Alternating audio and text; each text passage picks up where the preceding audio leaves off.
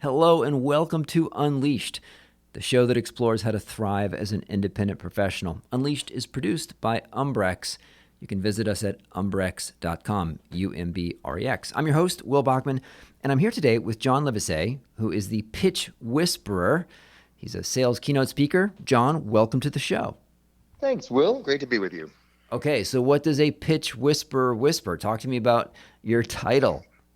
Well, a lot of people know what a dog whisperer is and a horse whisperer.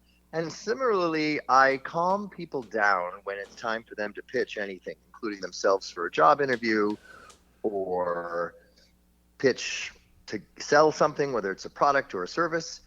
And I have found that the best way to win more sales is to tell a story. That includes your own personal story, a company story, and then turning a case study into a case story. When you tell stories, you become magnetic and memorable as opposed to just pushing out facts and figures that are quickly forgotten.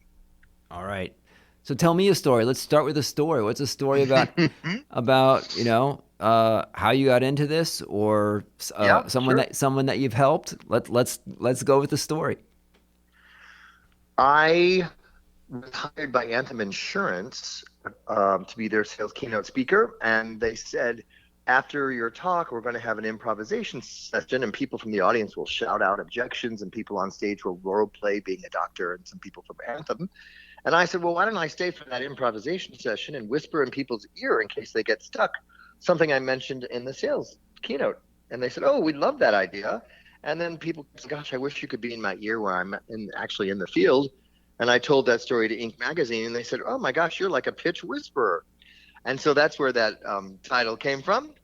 And another example of a case study into a case story, I was working with Olympus Medical, and they said, we have this piece of equipment that makes surgeries go 30% faster, and we're just not understanding why more doctors aren't buying it. It's so logical. And I said, well, part of the reason is people buy emotionally and then back it up with logic. And they went, oh. So I asked them some questions, and here's what they tell now. Imagine how happy Dr. Higgins was at Long Beach Memorial using our equipment 6 months ago when he could go out into the patients out there in the waiting room an hour earlier than expected. And if you've ever waited for someone you love to come out of surgery, every minute feels like an hour. And the doctor put them out of their waiting misery and said, good news, the scope shows they don't have cancer, they're going to be fine. And then turned to the rep and said, this is why I became a doctor, for moments like this. Now that salesperson tells that story to another doctor at another hospital, and here's the magic. The other doctor sees himself in the story and says, that's why I became a doctor. I want your equipment too. And the client said, oh gosh, that gives us chills. Not only are we not telling stories like that, it never occurred to us to make the patient's family a character in the story. Tell me a bit about your process. And you maybe illustrate it with a story of an example of how do you first, hear the pitch, and how do you iterate? Kind of walk me through the process, because it's probably not easy you probably just didn't walk in the door and just say, oh, we'll just make the family a character. I imagine there's a bit of a process to get to that point. There is. There's a structure that I have on how to tell a great story, and I'll use that recent case story as an example of the structure in action. So the first step is the exposition. You have to paint the picture. You're like a journalist, the who, what, where, when. So I gave you the doctor's name, the location, how long ago it was. We have a sense of what's happening.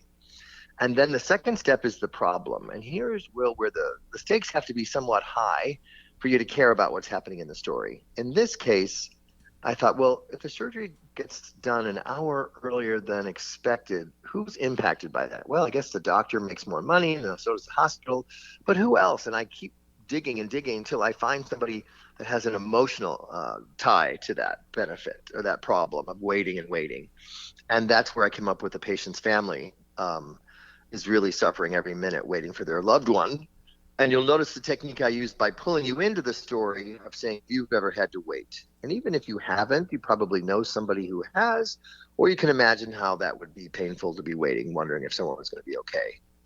And then the third step is the solution. And in this case, that's when the doctor comes out and says, the patient's going to be fine.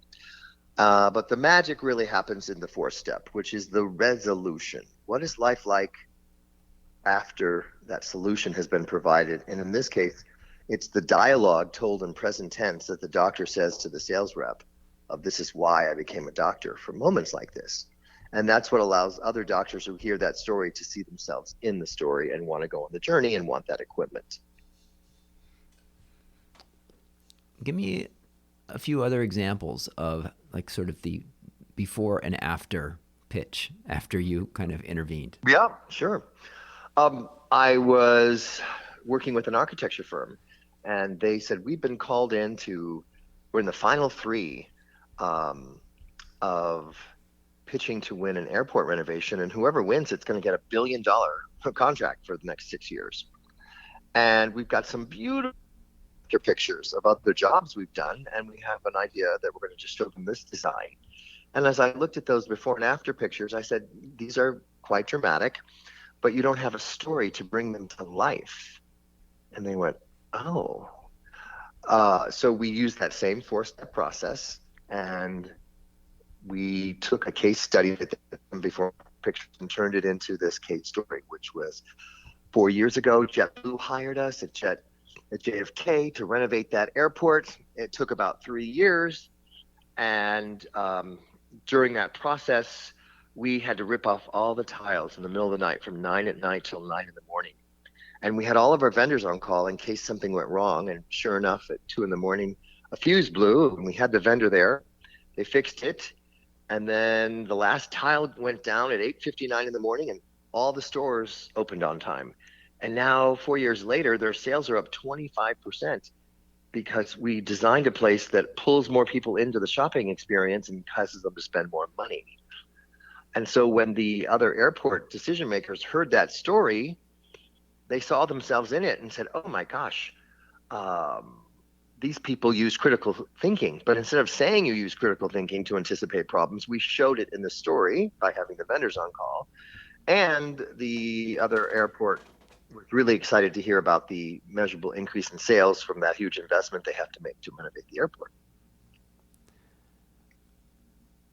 The typical listener of this show is an independent consultant, independent management consultant. Mm-hmm.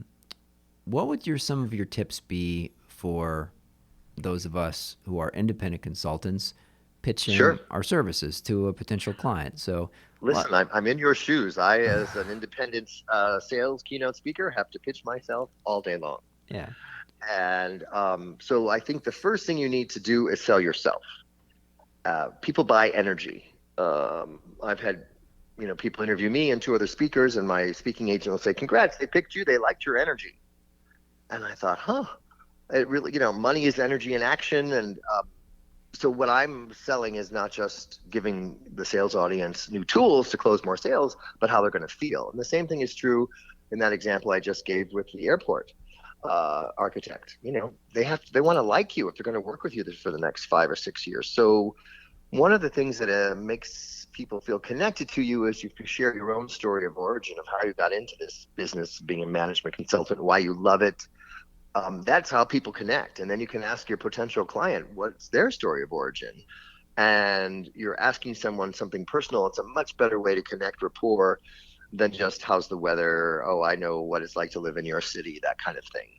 So when you tell a story, it really sticks, as I mentioned earlier, to make you memorable. Because what happens is they'll typically, in my case, 3 speakers, and you confirm the same thing is true. Usually they interview about 3 management consultants before they pick one, I'm guessing. Is that true? Feels about right. Yep.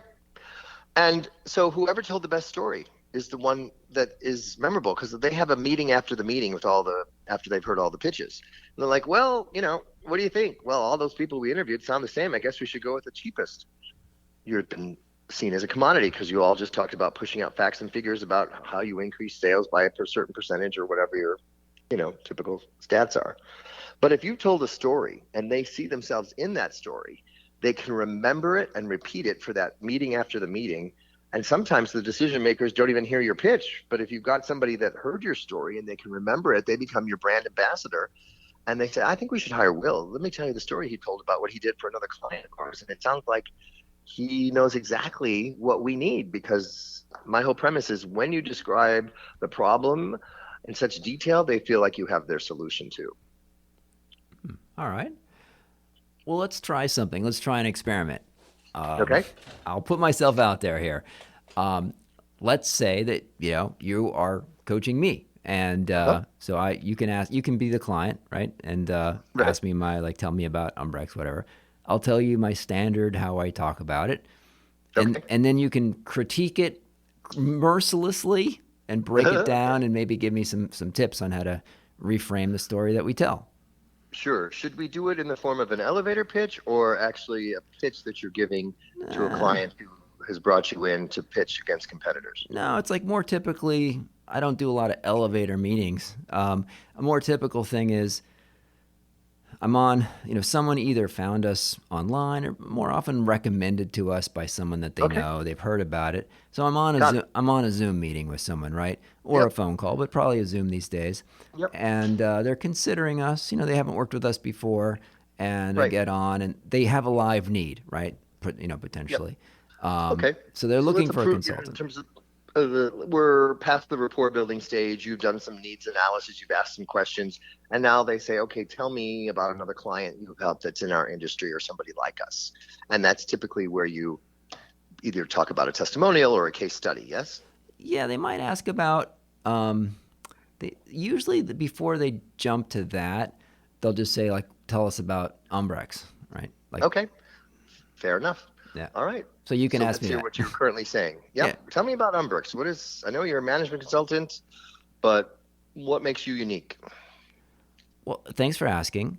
So I was at McKinsey for 5 years, and I left in 2008 to start my own independent consulting practice. And when I did that, right about the same time, I read this book, Tribes, by Seth Godin, who talked Hmm. about connecting your tribe. And my tribe was independent management consultants at that point. So I said, that seemed like a good idea. I didn't see anyone else doing that. And for me personally, I thought that would be very helpful because while I knew how to be a consultant, I didn't know the first thing about how to run a consulting practice. How do I write a statement of work? How do I get health Hmm. care? How do I get insurance? How do I send an invoice? So I was reaching out to other McKinsey alums who had set up their own consulting practice, began organizing events, connecting people there that was helpful to others, and this community began to grow. So Umbrex really began with this DNA of community.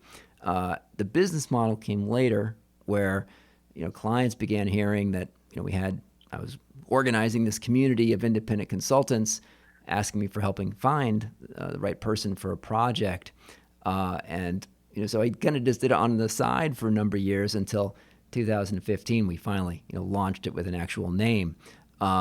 So that's the origin. Really, we have two sides to Umbrex. On the consultant-facing side, we continue to be very focused on building a community, running events for members, creating resources for members. We have a private forum for members. We now have mastermind group for members. And on the client-facing side, the business model is we, help clients find the right consultant for their project. We currently have about 3,000 members. We serve every industry, and we have people globally. So that's kind of a snapshot of where we're at. Okay. And how'd you come up with the name? So the name stands for Umbrella of Excellence, Umbrex. Nice. Okay. And in this particular scenario, I'm a client needing a consultant and coming to you for a recommendation on which one to use. That may be you or maybe someone else. Is that accurate? Yeah, that's right. So you already have, you already have like a live need, right? Yeah. Most likely. Right. And I'm And thinking it might be you, but if it's not you, you can also help me find somebody that would be better fit, well, no, kind of no, thing. not me, like not Will Bachman personally, right? You've come to Okay. me because I have 3,000 independent consultants in our community. Okay. So Got it. you're thinking, Would it be fair to say you're like the Expedia? It helps you find the best flight and hotel. You help people find the best consultant. uh, Yeah. I mean, you could kind of, that would be a metaphor that you could use. I'm Yep. not, it would be a metaphor that would be, Yeah. I mean, there's, Back in the day, it would be a travel agent. In other words, it doesn't, it's one-stop shopping kind of vibe, Yeah. and you have this huge resource. So that's one metaphor I would use. Okay, so what I would do here is I would start your story with describing the problem first before you describe your background and the Okay. Seth book. All right. So I would say, after being a consultant for many years at McKinsey, what I found was that those people who wanted to go off on their own didn't have a clue how to run a practice. They didn't know what insurance to get. They didn't know how to invoice anybody. And so I thought, I had this need, and I bet there's thousands of other consultants who have the same need. So I started Umbrix, which stands for Umbrella of Excellence, to start helping people figure out how to run their consulting practice. And that was back in 2008. And since then, it's grown to having thousands of members where we help them with that. But now, starting in 2015, there's been a huge demand for clients just like yourself to wonder, how can I find the best consultant? They're overwhelmed by the number of choices out there. They don't have the time to vet them and check references. And the other problem they struggle with is, can we talk to somebody who is an unbiased party about, maybe we want to check some references and really get a personality fit, not just a skill set. So they come to Umbrix to solve those problems. And because we've been doing this for so long, we're like the Expedia of the travel business. Or if you were using a really exclusive matchmaker who took the time to find out your particular needs without having to go onto a dating website, we could think of us in those terms. And people love the customization part of what we offer because it saves them time. And there's nothing worse than a bad hire, whether it's a consultant or someone at your company. And we save them all of that aggravation, and they have peace of mind after working with us. I love that. Those are helpful tips. Good. Yeah, no, I like the part about focusing on the problem statement, and maybe I almost need, because it's sort of a two-ended market, almost need to perhaps tell two stories. Like, well, there's really kind of, let me tell you two stories, or two problems that we solve, right? So Yes, for exactly. independent consultants, there's a real problem that when you're starting out, you may know how to be a consultant, but you don't know how to run a consulting practice, right? So people leaving McKinsey, Bain, BCG, KPMG, maybe they're even partners, but have they personally sent an invoice before or gotten health insurance or business insurance? They haven't done those things. Built a website. So that was a need I had, and I figured other people had that need, right? So I can say that. And then for clients, let me tell you a story about, I'll make up a name, like John, right? Jane, Exactly. right? So Jane's a client of ours, and when she wants to use a big consulting firm, right, she knows who to call, right? It's not that hard. The partners at McKinsey, Bain, BCG, they're knocking on her door all the time, right? It's a defined set. She wants to use an Exactly. independent consultant, like say, hey, I need the caliber that I'd get at McKinsey or Bain, but I don't need that full team. Then what is she going to do? Well, maybe she was an associate partner at McKinsey, so she knows a few people. So she will call those people that she knows.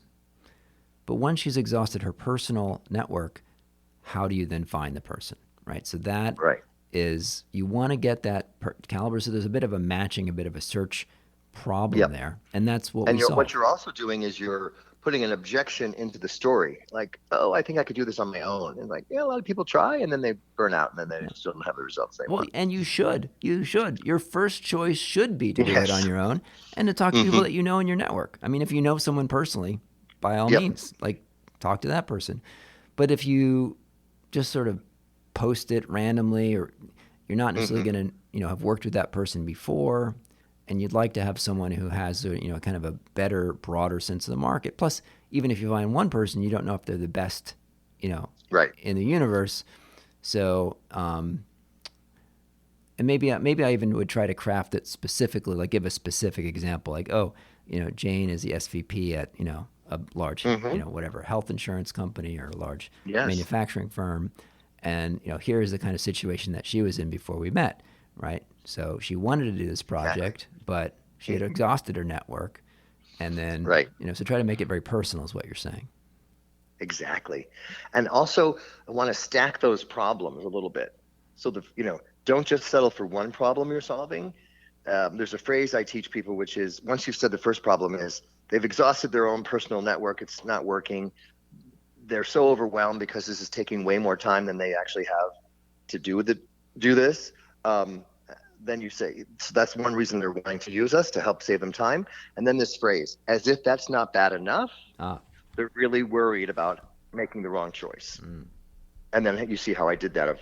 Everybody knows bad hires, whether it's a consultant or a full-time employee, is one of the kiss of deaths to productivity and everything else. And that person's job is at stake. If you make a recommendation, whether it's for a consultant or for me, event planners, my whole job is mitigating the risk for them and showing, testimonials and videos of me on stage so that they know I know what I'm doing, and that they're not recommending somebody that gets stage fright or something, right?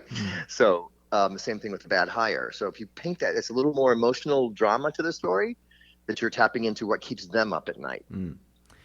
what about, so that is very helpful for kind of a live discussion where you're already in the room with someone. What kind of, do you get involved in helping people craft like a cold outreach or even a Yes. lukewarm outreach? Yeah. And to maybe someone that they knew a while ago, but it's a bit of a not hot relationship, it's a bit of a sort Yeah. of cool relationship. I mean, you knew the person 5 years ago. What are some of the tips that you have on Well, crafting a cold outreach or a cool outreach? right. Well, I recently was hired by Bosch and Loam to help their sales team. They have to make cold calls on optometrists a lot of the time, and there's no appointment. You just kind of pop in and try to get 10 minutes here or there between patients. And I have a formula that soft skills make you strong, and it's the three parts are empathy, listening, and storytelling, to build that emotional connection, to earn the right to even get a meeting.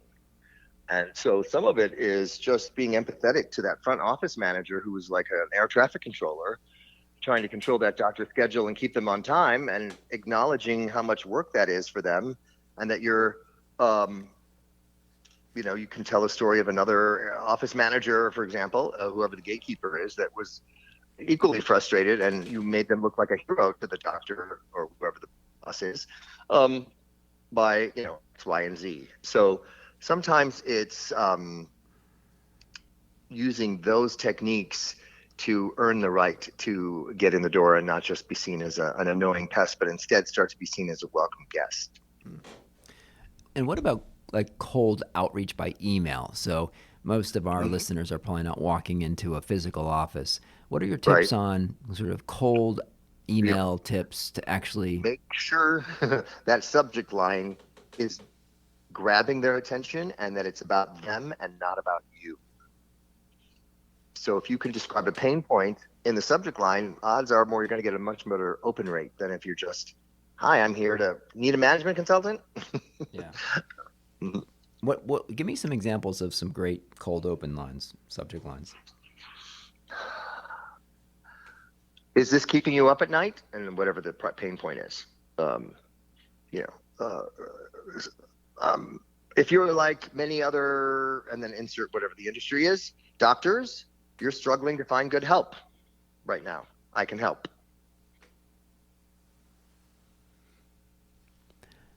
And then if some, and then obviously if they are struggling, they'll be like, yeah, that person. Oh, this. That's Yes. what I need, Dave. Before I know whether I want to open this email or not, because you giving me clearly, concisely, and hopefully somewhat compellingly a reason to even read this email. Right. Right. Okay. What about reaching out to people that you have worked in the past or that that aren't purely cold? That would be like a little bit off-putting if it was someone that actually knows you. Be like, what's Right. John? That's like weird for you to email me like that. Correct. What's your tips on sort of trying to? Well, one of my biggest tips that people don't do for some reason, and when they start doing it, it's this big light bulb moment for them, is if you have a relationship with somebody or trying to build one, follow them on LinkedIn and any other social media, like and comment on their posts. So when it does come time for you to reach out and connect again, they haven't heard, it's not like it's cold that they haven't heard from you in 3 or 6 months.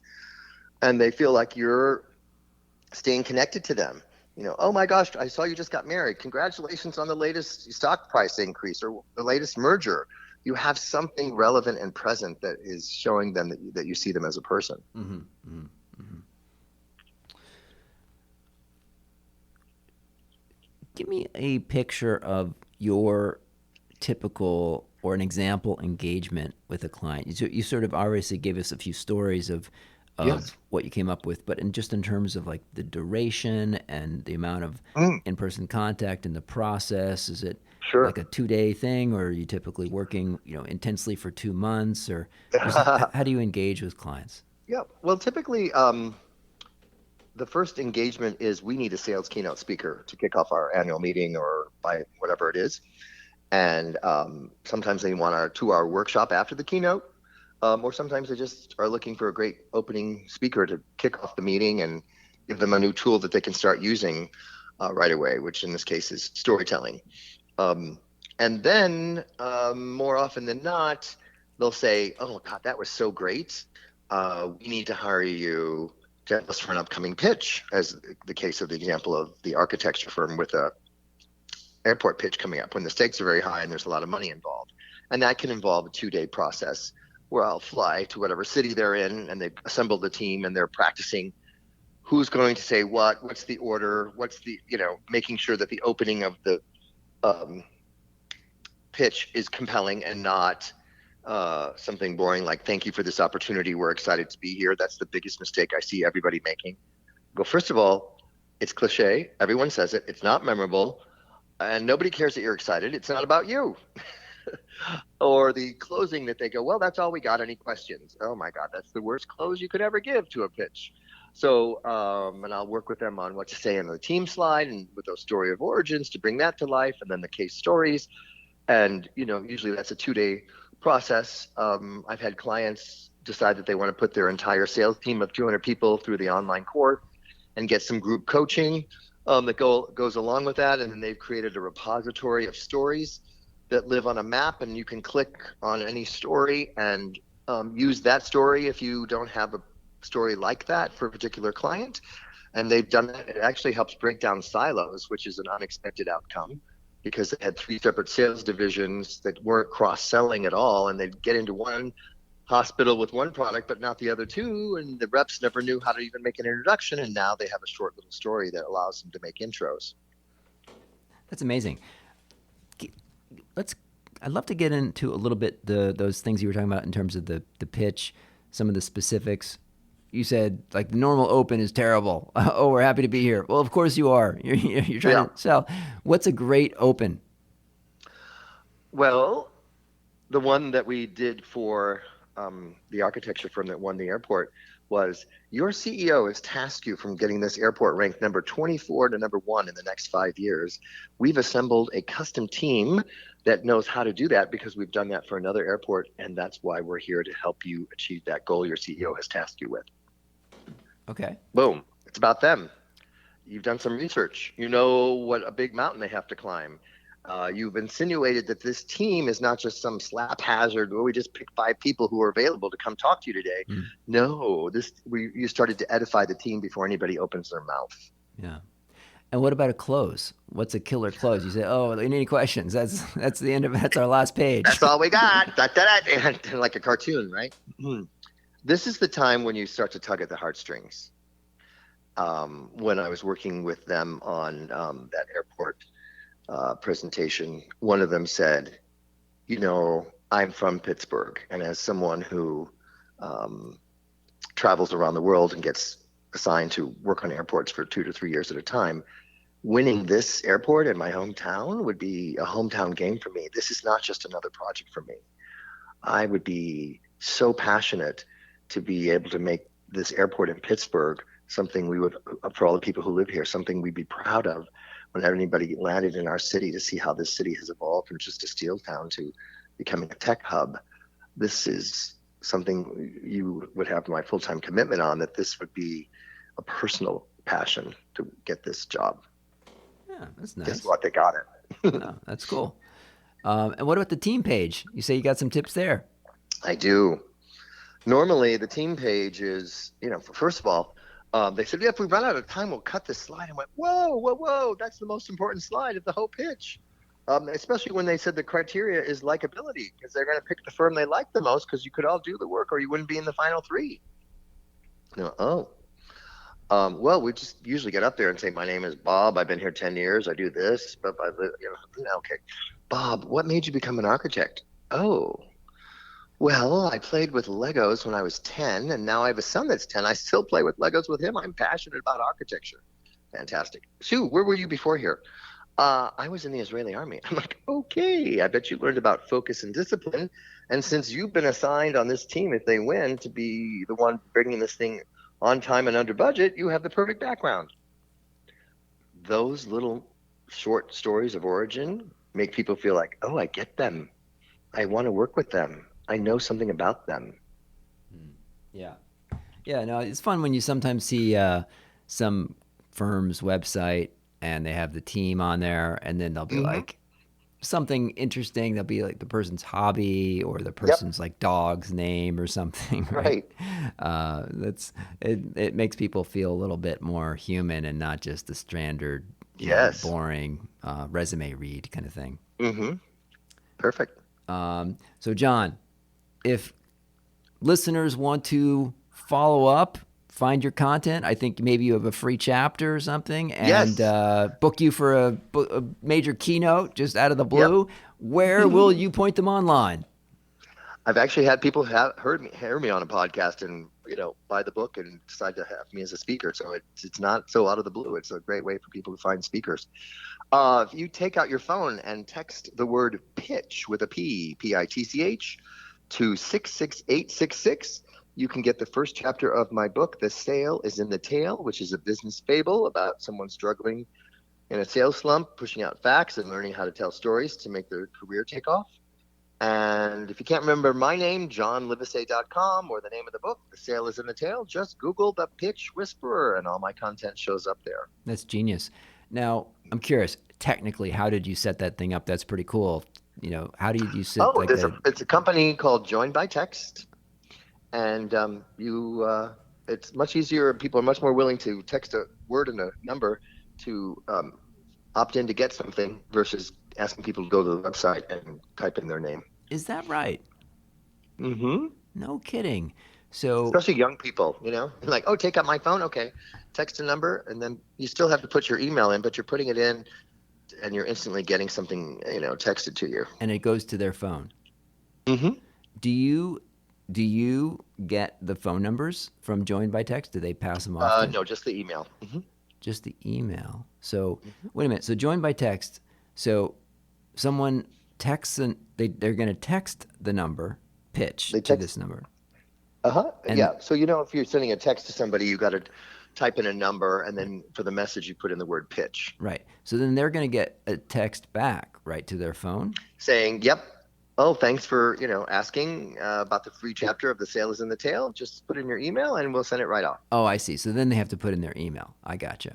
All right. I was thinking that you were going to send them a link to download it or something directly to their phone, but you are then getting their email. So then you get you get the email addresses so that you can follow up with people. Right. That's a pretty cool thing. Join by text. All right. Yeah. That's a pretty neat thing. Yeah, people love it. I am going to look into that. All right, Join by Text. Cool. Well, hey, we got your website, we got your Join by Text number. We will put those in the show notes. John, it's been fantastic speaking with you. Thanks for the help on my pitch. Appreciate that. You're welcome. And this has been a great discussion. And listeners, if you are so inclined to give the show a 5-star review on iTunes, but not otherwise, it really does help listeners discover the show. Thank you for listening.